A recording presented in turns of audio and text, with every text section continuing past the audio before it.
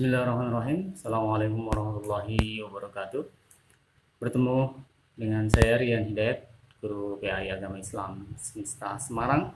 Hari ini kita akan membahas tentang materi yang berjudul berpikir kritis. Berpikir kritis adalah salah satu kemampuan yang harus dimiliki oleh manusia pada abad ke-21 ini, yang dikatakan telah memasuki era industri 4.0, di mana salah satu kemampuan yang harus dimiliki adalah berpikir kritis. Tentu ada kemampuan-kemampuan yang lainnya, seperti kolaboratif, kreatif, ya, itu harus dimiliki. Nah, rupanya di dalam agama Islam, kita semuanya telah diberikan ajaran untuk berpikir kritis. Salah satunya ada di dalam surat Al-Imran ayat 190 sampai 191. Tapi perlu kita pahami dulu apa sih berpikir kritis itu. Berpikir kritis adalah kemampuan untuk berpikir jernih dan rasional yang meliputi kemampuan untuk berpikir reflektif dan independen. Kemampuan untuk berpikir jernih dan rasional. Di zaman kita, di zaman milenial ini, banyak sekali informasi yang beredar hadir ke dalam diri kita, bercampur baur antara fakta dan fiktif, antara hoax dan yang benar, bercampur semuanya. Dan kalau kita tidak memiliki kemampuan berpikir secara jernih dan rasional, tidak hati-hati, maka informasi yang berbaur itu bisa kita terima tanpa saringan, yang akan menyebabkan campur baurnya informasi yang ada di dalam diri kita yang kita terima. Nah, hendaknya kita semua orang-orang yang beriman kepada Allah Subhanahu wa taala meyakini setiap firman-Nya, meyakini dan melaksanakan setiap firman-Nya, termasuk surat Al-Imran ayat 190 sampai 191 ini. Baik, kita akan bahas ayat ini dari segi asbabun nuzulnya, tentunya maknanya, kandungannya, dan penerapan kita di dalam kehidupan sehari-hari. Kita baca terlebih dahulu. A'udzubillahi minasyaitonirrajim. Bismillahirrahmanirrahim. Inna fi khalqis samawati wal ardi wa ikhtilafil laili wan nahari laayatil liulil albab alladzina yadhkurunallaha qiyaman wa qu'udan wa 'ala junubihim wa yatafakkaruna fi khalqis samawati wal ard. Rabbana ma khalaqta hadza batila subhanaka faqina 'adzabannar. Baik, mari sama-sama kita terjemahkan ayat 190, yaitu sesungguhnya dalam penciptaan langit dan bumi dan silih bergantinya malam dan siang terdapat tanda-tanda bagi orang yang berakal. Siapa yang berakal? Yaitu orang-orang yang mengingat Allah dalam keadaan berdiri atau duduk atau dalam keadaan berbaring, dan mereka memikirkan tentang penciptaan langit dan bumi seraya berkata, ya Tuhan kami, tiadalah Engkau menciptakan ini dengan sia-sia, Maha suci Engkau, maka peliharalah kami dari siksa api neraka. Baik, ini kita terjemahkan kata per kata. Inna fi khalqi, inna sesungguhnya fi di dalam khalqi penciptaan as-samawati, langit-langit, wal ardi dan bumi. Apa yang ada di dalam penciptaan langit dan bumi? Wal ardi dan bumi. Wa ikhtilafi dan pergantian atau silih bergantinya al-laili malam, nahari dan siang, la ayatin terdapat tanda-tanda liulil albab bagi kaum yang berfikir. Ulil albab yang berfikir. Nah, siapa ulil albab? Alladzina, yaitu orang-orang yadkuruna zikir. Mereka yang mengingat, berzikir, mengingat Allah qiyama wa qu'udan, dalam kondisi berdiri, dalam kondisi duduk, dalam kondisi ala junubihim dan berbaring.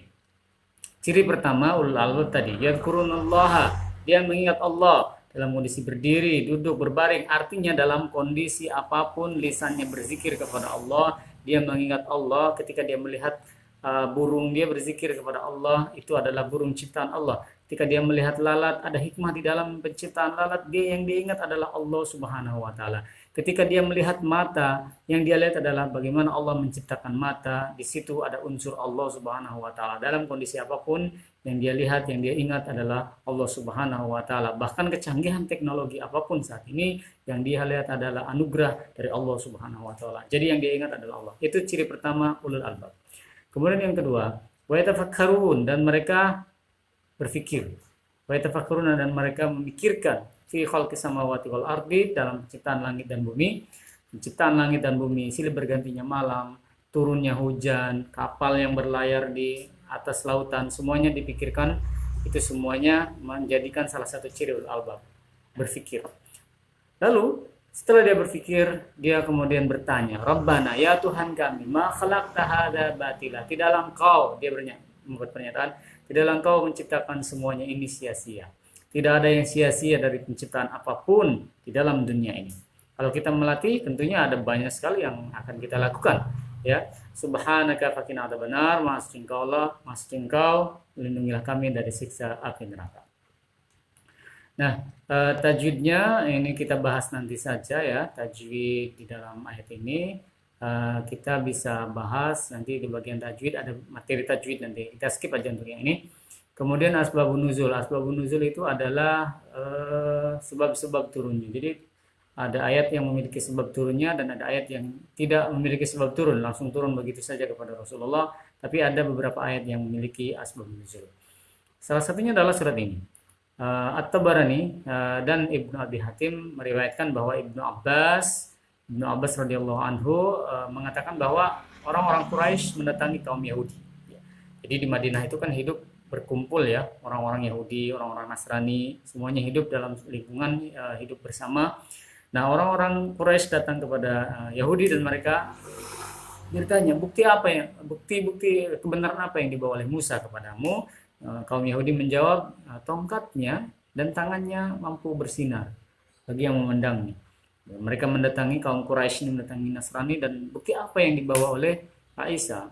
Nasrani menjawab, dia menyembuhkan mata buta sejak lahir dan penyakit sopak, serta menghidupkan orang yang sudah mati. Itu mukjizat Nabi Isa alaihissalam.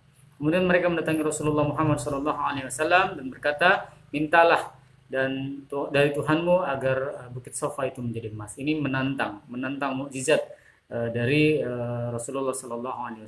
Kalau mukjizat itu kita bedah ya, mukjizat Rasulullah SAW jauh lebih banyak.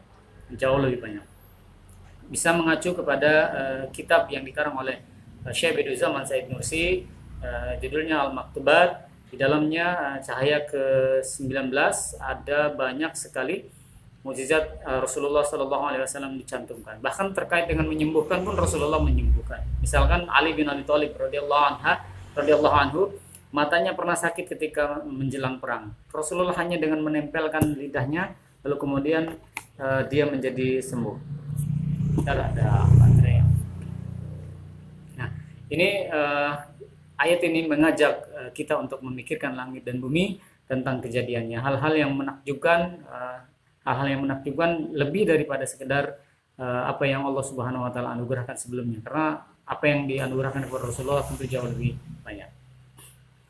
Selanjutnya adalah tentang coba di kalimat terakhirnya Rabbana ma khalaqta hadza batila, ini kita pikirkan secara mendalam. Rabbana ma khalaqta hadza batila. Ya Tuhanku, tidaklah Engkau ciptakan ini dengan sia-sia. Tidaklah Allah menciptakan segala sesuatunya ini dengan sia-sia. Kita coba lihat nyamuk. Apa yang Allah Subhanahu wa taala maksudkan sehingga Allah menciptakan nyamuk? Kenapa Allah menciptakan nyamuk? Bukankah itu hanya mengganggu saja, ambil darah, buat kita gatal? Apakah seperti itu cara berpikir kita? Tentu tidak. Kita memikirkan sesuatu yang jauh lebih bermanfaat dari itu. Apa yang Allah ciptakan dari nyamuk? Contoh, mulutnya nyamuk atau jarum mulutnya nyamuk itu ketika menyentuh tubuh kita dan mengambil darah, itu menginspirasi orang lain untuk membuat jarum suntik. Ya, membuat jarum suntik. Kemudian obat nyamuk tentu menginspirasi orang lain untuk memikirkan anti nyamuk, obat nyamuk. Sehingga bermuncullah merek-merek obat nyamuk. Ya, kita tidak perlu sebut mereknya karena nanti disangka iklan. Ya. Jadi ada banyak sekali anti nyamuk, dan itu semuanya bayangkan manfaatnya. Dari satu pabrik anti nyamuk saja bisa merekrut banyak orang, hadir di situ bekerja, menghidupi anak dan keluarganya. Itu manfaat Allah menciptakan nyamuk. Baru dari satu nyamuk. Belum dari ciptaan-ciptaan yang lainnya menginspirasi orang lain. Dia melihat capung, menginspirasi orang lain untuk membuat pesawat terbang. Lalu kita melihat diri kita misalnya, menginspirasi orang lain untuk membuat suatu karya. Ini menyatakan bahwa Rabbana ma khalaqta hadza batila. Tidak ada yang sia-sia dari ciptaan Allah Subhanahu wa taala ini. Jadi berdasarkan ayat ini Allah Subhanahu wa taala memerintahkan kepada kita agar menggunakan akal kita untuk memikirkan ayat-ayat Allah Subhanahu wa taala. Disinilah letak berpikir kritis. Ingin menjadi ulul albab, salah satunya adalah dengan berpikir kritis. Afala yatafakkarun, afala ta'qilun, afala tadabbarun. Itu semua adalah rangsangan, stimulus dari Allah Subhanahu wa taala agar kita berpikir kritis. Jadi ciri-ciri ulul albab tadi di dalam ayat ini ada dua. Pertama, alladzina yadhkurunallaha, dia mengingat Allah Subhanahu wa taala, wa yatafakkaruna, dan dia menggali ilmu pengetahuan, dia berpikir untuk menggali ilmu pengetahuan. Jadi yang pertama itu. Nah, kita bahas coba yang dari menggali ilmu pengetahuannya. Ini adalah ulul albab masa silam menurut saya setidaknya, ya, boleh dibantah. Ini adalah ulama-ulama yang hadir dan bahkan karyanya masih menginspirasi sampai sekarang. Ada Al-Khawarizmi, Ibnu Sina, Al-Razi, kemudian ada Al-Batani, Al-Jazari, ya, kemudian macam-macam ulama yang menginspirasi karya-karyanya sampai sekarang. Kemudian banyak juga ulama-ulama yang hadir di abad modern tentunya, ya. Ada Jamaluddin Al-Afghani, Syekh Bediüzzaman Said Nursi, Syekh Muhammad Iqbal, Syekh Ahmad Didat, Kiai Haji Ahmad Dahlan, Kiai Haji Hashim Asy'ari, Ghos Cokro Aminoto, dan lain sebagainya. Ada banyak sekali. Mereka menurut saya adalah ulul albab. Mereka berzikir kepada Allah, mengingat Allah dalam setiap kejadian, dalam setiap penciptaan, dan mereka menggunakan akalnya untuk berpikir, untuk menghadirkan buah ilmu pengetahuan. Nah, ini coba kita latihan menggali ilmu pengetahuan. Latihan menggali ilmu pengetahuan dari ayat Al-Quran. Inna fi khalqis samawati wal ardi wa ikhtilafil laili wan nahar. Inna, sesungguhnya dalam penciptaan langit dan bumi dan pergantian malam dan siang terdapat tanda-tanda. Coba tanda-tandanya kita lihat. Pertama, di dalam proses pendakian, ketika seseorang mendaki gunung, ketika manusia mendaki dan berada di ketinggian, semakin tinggi, semakin sulit baginya untuk bernapas. Karena tekanan udara berkurang, 1 derajat setiap kali dia naik 100 meter. Itulah kenapa kalau dia naik ke atas gunung yang sangat tinggi, maka membutuhkan alat pernapasan. Nah, ini sesuai dengan surat Al-An'am 125. Barang siapa yang dikehendaki Allah kesesatannya, niscaya Allah menjadikan dadanya sesak, lagi sempit seolah-olah ia sedang mendaki langit. Semakin tinggi, ya, semakin tinggi sesak dadanya, lagi sempit seolah-olah ia sedang mendaki langit. Langit di atas bagaimana mendakinya? Maksudnya adalah ketika seorang semakin meninggi menuju ke ketinggian langit. Kemudian Allah Subhanahu wa taala menciptakan kita ini berpasang-pasangan, laki-laki, perempuan, atas, bawah, besar, kecil, hitam, putih, dan lain sebagainya, ya. Nah, Allah Subhanahu wa taala ternyata telah menginspirasi kita tentang proses penciptaan yang berpasang-pasangan itu di dalam surat Az-Zariyat ayat 49. Dan segala sesuatu kami ciptakan berpasang-pasangan supaya kamu mengingat kebesaran Allah Subhanahu wa taala. Nah, kata berpasangan di dalam Al-Quran ini bermakna laki-laki dan perempuan. Bahkan atom juga berpasangan. Ada positif negatifnya. Ada kekuatan menolak dan ada kekuatan menarik. Jadi berpasangan dalam bentuk beragam tentunya, ya. Ada banyak sekali beragam. Zat yang telah menciptakan berpasang-pasangan semuanya, baik dari apa yang ditumbuhkan oleh bumi dan dari mereka maupun dari apa yang tidak mereka ketahui.